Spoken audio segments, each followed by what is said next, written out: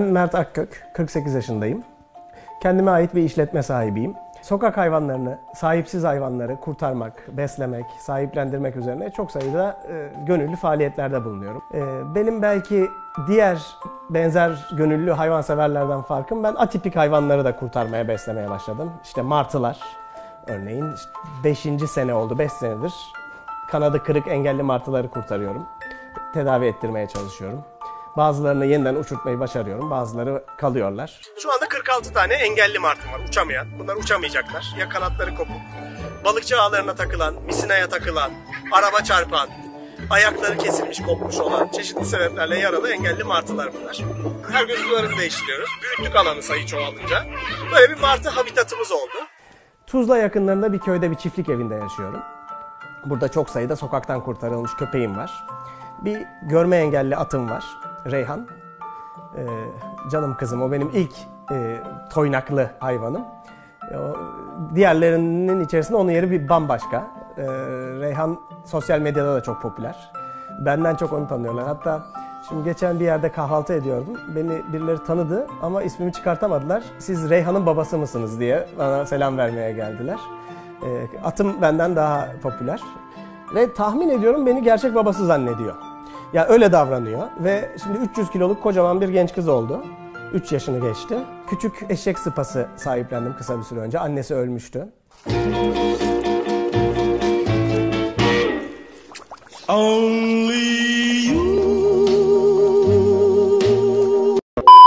Kadife'nin annesi terk edilmiş, hamileyken terk edilmiş bir eşek.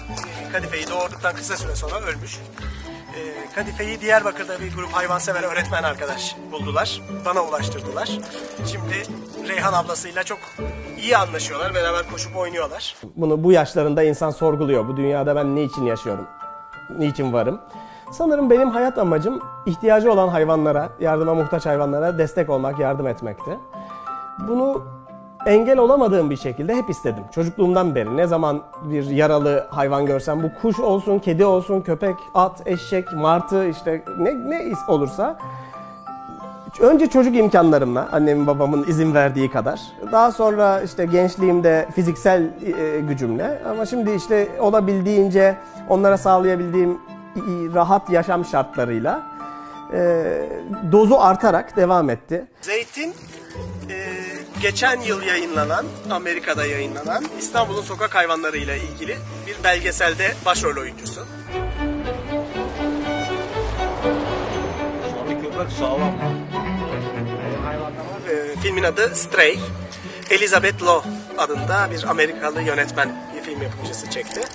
Malum bu ara işte siyasi gündemde sokak hayvanlarının toplanmasıyla ilgili bir şeyler tartışıldı ya.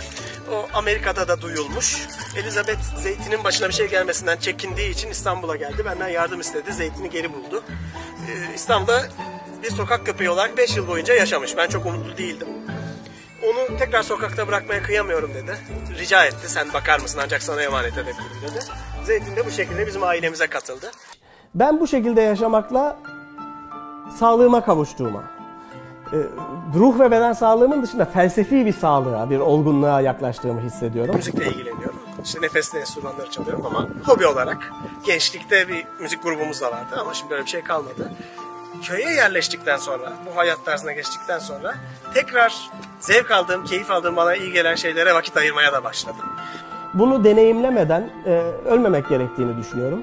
Ben de keşke öyle yaşasam diyen hayvansever, tabiatsever, dosta, arkadaşa demek istiyorum ki lütfen böyle yaşayın. Yapabilirsiniz. Çok zor değil, mümkün.